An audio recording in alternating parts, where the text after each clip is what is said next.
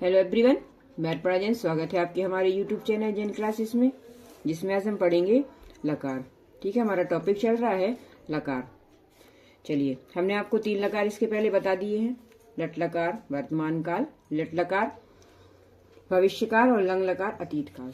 ठीक है, इसको हमने देखा कि हमने इसको कैसे पढ़ा। इसके बाद हम देखते हैं चौथा लकार होता है लोट लकार, जिसका अर्थ किसमें निकालते हैं हम? आज्ञा देने के लिए या किसी प्रकार का किसी को आदेश देने के लिए।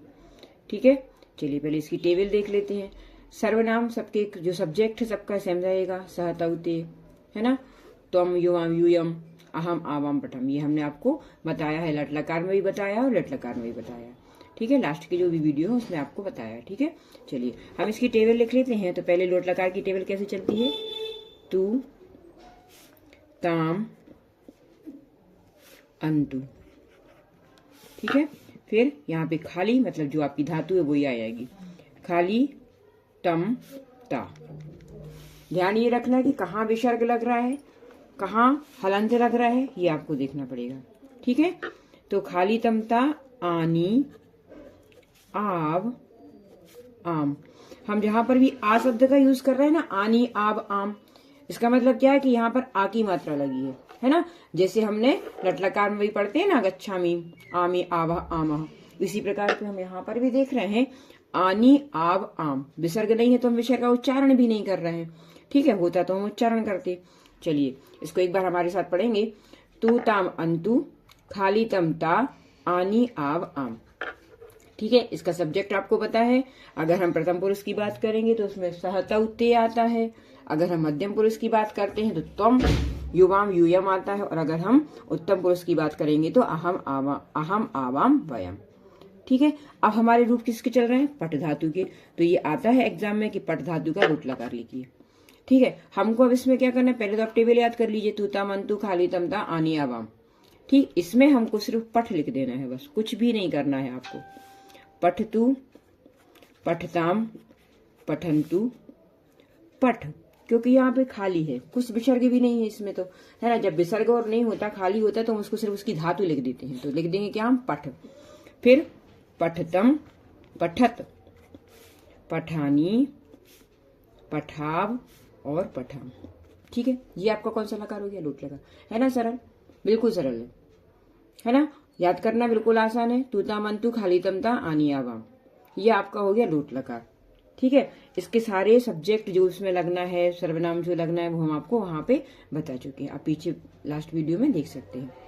ठीक है, इसके बाद हमको पढ़ना है विधिलिंग लकार। एक जो लास्ट लकार बचता है वो कौन सा बचता है? विधिलिंग लकार।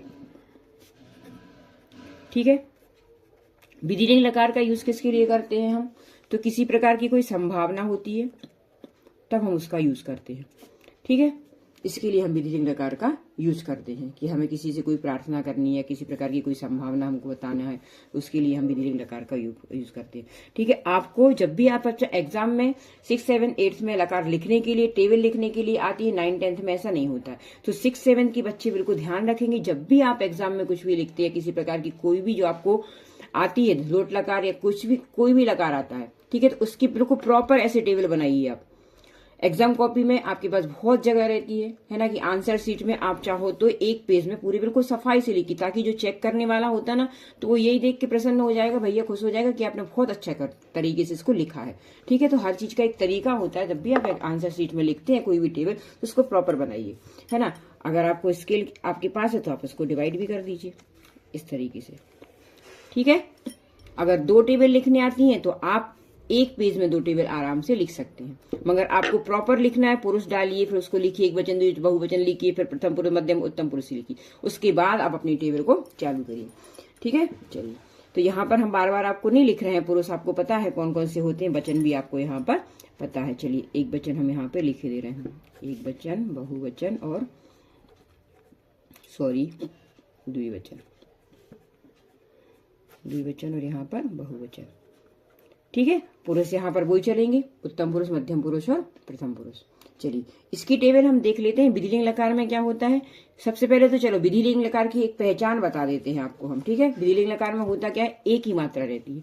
तो या तो आप एक ही मात्रा ऐसे लगा लीजिए। ठीक है, अगर आपको नहीं लगाना तो आप पहले टेबल लिख लीजिए, ता ताम यू।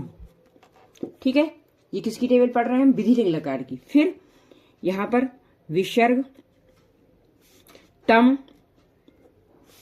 ता, ठीक। फिर मां बा और फिर मां। अब इस मां में देखो आप यहाँ पे हलंत लगा और यहाँ पर हलंत नहीं है। ये आपको ध्यान रखना कि कहाँ हलंत आता है और कहाँ पर हलंत नहीं आता है।